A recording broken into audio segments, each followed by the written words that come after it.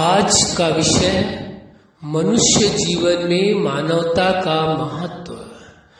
आप सभी अच्छी तरह से जानते हैं, समझते हैं, अनुभवी हैं।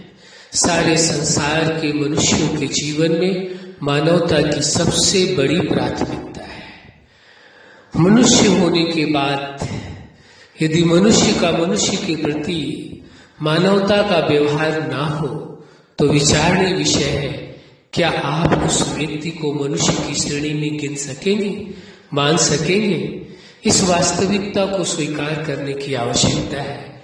मनुष्य होने के बाद मानवीय मूल्यों का महत्व देना परम आवश्यक है।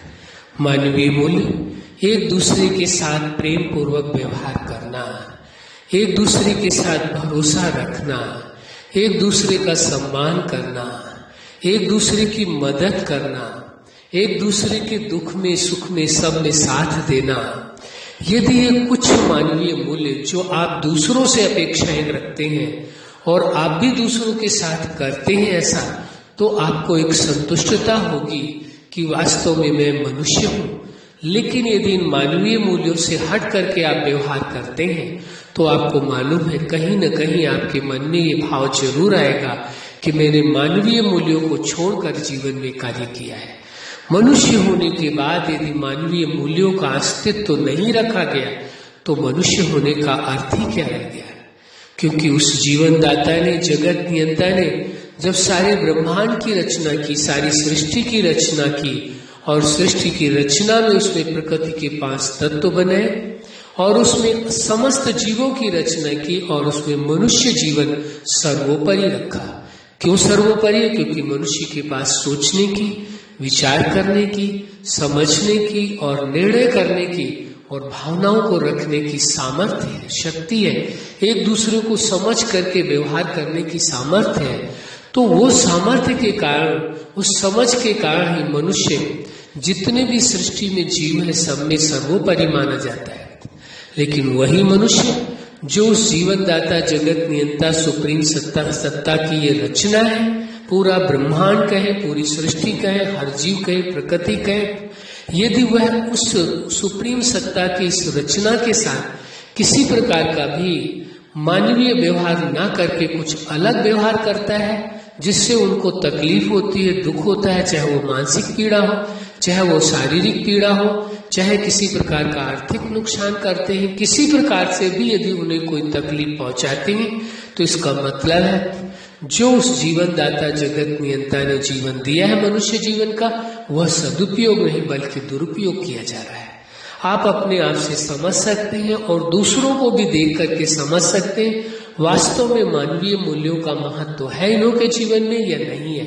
अब प्रश्न ये उठता है, सभी को मानवीय मूल्यों के लिए प्रेरित करना अच्छी बात है, लेकिन किसी को मानवीय मूल्यों के लिए जबरदस्ती पालन कराया नहीं जा सकता है। हाँ, व्यक्ति स्वयं अपने जीवन में चाहे तो मानवीय मूल्यों का महत्व दे सकता है और मानवता का महत्व दे करके अपने जीवन को सार्थक कर सकता है। लेकिन यदि वो नहीं चाहता है तो कोई भी व्यक्ति उसके जीवन में मानवीय मूल्यों का समावेश नहीं कर सकता है।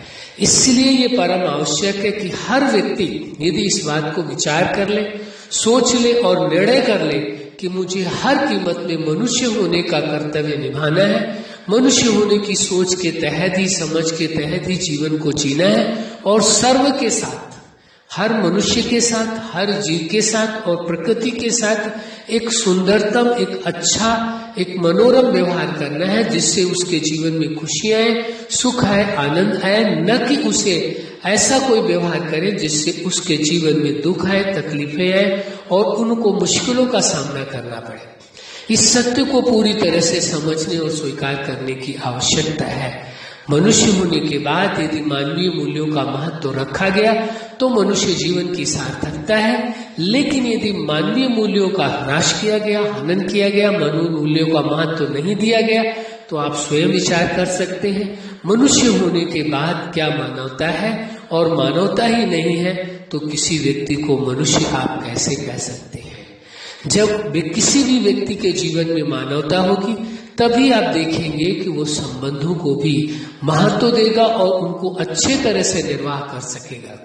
तो जो व्यक्ति अपने साथ मानवीय व्यवहार करेगा, आपने देखा होगा कभी कभी व्यक्ति अपने साथ भी मानवीय व्यवहार नहीं करता है, वह सोच लेता है जो उसे नहीं सोचना चाहिए, वह अपने प्रति भी बोलता है जो उसे नहीं बोलना चाहिए, अपने प्रति भी ऐसा व्यवहार करता है जो उसे नहीं करना चाहिए। जो अपने जीवन में उसे खुशियां चाहिए, सुख चाहिए, आनंद चाहिए, प्रेम चाहिए, परमानंद की अनुभूति चाहिए, लेकिन उसके विपरीत कोई कार्य करता है जिससे उसे शारीरिक दृष्टि से, मानसिक दृष्टि से, आर्थिक दृष्टि से, सामाजिक दृष्टि से और आध्यात्मिक दृष्टि से और इस अन्य भाव में ये कह सकते हैं कि उस जीवनदाता जगत नियंता की दृष्टि से यदि उचित नहीं है फिर भी वो कर रहा है, तो आप विचार कर सकते हैं क्या उसे मनुष्य की श्रेणी में माना जाएगा?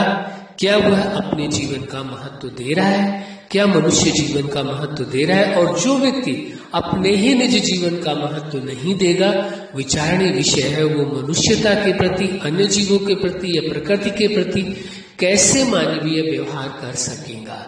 इसलिए ये परम आवश्यक हो जाता है कि जो व्यक्ति स्वयं के प्रति सुंदरतम व्यवहार करेगा, स्वयं के प्रति अच्छा संबंध रखेगा, स्वयं को सदा खुश रखने का प्रयास करेगा, स्वयं को सदा संतुष्ट रखेगा, स्वयं के जीवन का महत्व देगा, वही अन्य मनुष्यों के जीवन को महत्व देगा, उनके साथ संबंध निभाएगा और अन्य जीवों की भी प्राथमिकता देगा और उनकी खुशियों का भी ध्यान रखेगा। इसलिए आज के विषय में यही विशेष बात है, मनुष्य जीवन में मानवता का महत्व था, मनुष्य जीवन में मानवता का महत्व आज भी है और मनुष्य जीवन में मानवता का महत्व सदा काल रहेगा।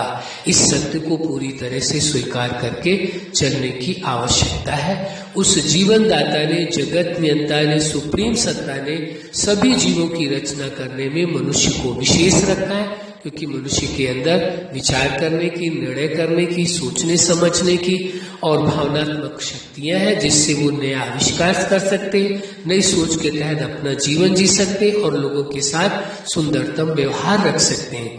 तो उस जीवन दाता, जगत नियंता, सुप्रीम सत्ता ने अपने समान सभी मनुष्यों के अंदर वह गुण, वह विशेषताएं और सामर्थ्य दी है। इसलिए उस सामर्थ्य का, उन विशेषताओं का, उन गुणों का मनुष्य जीवन में सदुपयोग करना है, दुरुपयोग नहीं करना है, तभी मनुष्य जीवन की सार्थकता होगी। अच्छा, आप अपने जीवन के हर क्षेत्र में, हर लक्ष्य में और जीवन के हर पाठ में सफल रहें। आज का विषय है मनुष्य जीवन में मानवता का महत्व। आपके जीवन में खुशियां हो, प्रेम हो, सुख हो, शांति हो, आनंद हो, सदा आपके जीवन में मानवता हो और सर्व मनुष्यों के प्रति और सर्व जीवों के प्रति श्रेष्ठ भाव हो और अच्छा व्यवहार हो। यही हमारी हार्दिक शुभकामनाएं है। सदा खुश रहें, मुस्कुराते रहें। धन्यवाद।